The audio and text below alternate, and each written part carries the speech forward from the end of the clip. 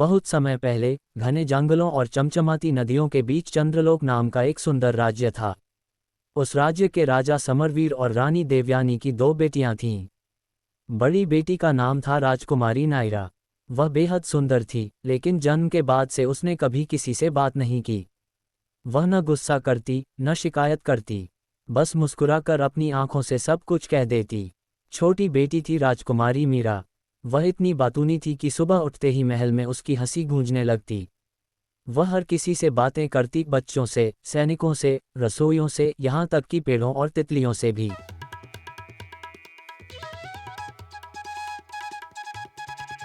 राज्य के लोग कहते थे, एक बहन के पास शब्द नहीं, दूसरी के पास शब्द ही शब्द हैं।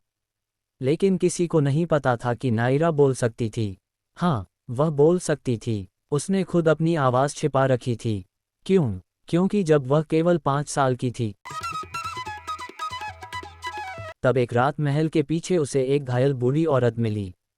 नायरा ने उसे पानी पिलाया। तभी वह बूढ़ी औरत एक चमकती हुई परी में बदल गई। परी ने कहा, बेटी, तुम्हारे राज्य पर एक दिन बहुत बड़ा संकट आएगा। उस दिन तुम्हारी आवाज़ किसी एक की जान बचाएगी, लेकिन उसी पल तुम्हारी अपनी यादें हमेशा के लिए मिट जाएंगी। तुम अपने माता पिता, अपनी बहन, यहाँ तक कि अपना नाम भी भूल जाओगी। नायरा ने बिना डरे कहा, अगर मेरी आवाज़ से मेरा राज्य बच सकता है तो मैं कभी नहीं बोलूँगी, जब तक बहुत ज़रूरी न हो। उस दिन से उसने अपनी आवाज़ हमेशा के लिए छिपा ली। साल बीत गए। मीरा को यह रहस्य नहीं पता था। वह अक्सर अपनी बहन से कहती, दीदी, बस एक बार मेरा नाम बोल दो, मैं पूरी जिंदगी कोई जिद नहीं करूँगी। नायरा मुस्कुरा देती, लेकिन कुछ नहीं कहती। एक दिन महल में एक भव्य मेले का आयोजन हुआ। दूर दूर से लोग आए। उसी मेले में एक जादूगर भी आया, जिसका नाम था कालनेत्र। वह कोई साधारण जादूगर नहीं था। उसे लोगों की खुशियां चुराने की शक्ति मिली हुई थी। जब उसने नायरा को देखा तो उसकी आंखें चमक उठीं।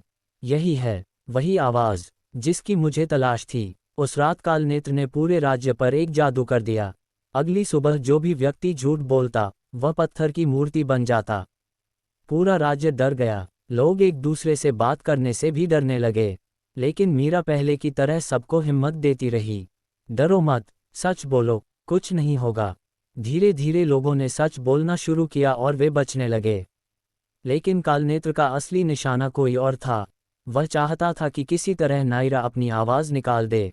उसने मीरा का अपहरण कर लिया और उसे जंगल के बीच बने कांच के महल में कैद कर दिया। जाते जाते उसने एक संदेश छोड़ा, अगर सूरज डूबने से पहले खामोश राजकुमारी ने एक शब्द भी नहीं बोला, तो उसकी बहन हमेशा के लिए पत्थर बन जाएगी। पूरे महल में मातम छा गया। राजा की सेना जंगल छानने लगी, लेकिन कांच का महल किसी को नहीं मिला। सूरज धीरे धीरे डूबने लगा। मीरा महल की खिड़की से रोते हुए बोली, दीदी, मत बोलना, अगर मेरी वजह से तुम्हारी यादें चली गईं तो मैं कभी खुद को माफ़ नहीं करूंगी। नायरा की आंखों से आंसू बहने लगे। एक तरफ उसकी प्यारी बहन, दूसरी तरफ उसका पूरा जीवन। आखिरकार सूरज की आखिरी किरण भी डूबने लगी। नायरा ने पहली बार अपने होंठ खोले और केवल एक शब्द कहा, मीरा। जैसे ही उसकी आवाज़ गूंजी, पूरा जंगल सुनहरी रोशनी से भर गया।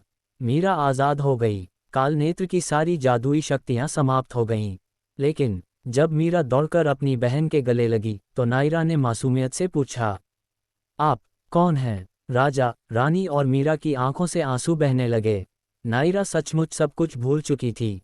मीरा ने रोते हुए उसका हाथ पकड़ा और मुस्कुराकर कहा, कोई बात नहीं दीदी, आपने हमें याद न रखा हो, लेकिन हम आपको हर दिन फिर से अपना बना लेंगे। उस दिन पूरे राज्य ने सीखा कि सच्चा प्यार यादों से नहीं, दिल से जुड़ा होता है। सीख, त्याग करने वाला व्यक्ति कभी हारता नहीं। उसकी अच्छाई हमेशा लोगों के दिलों में जीवित रहती है।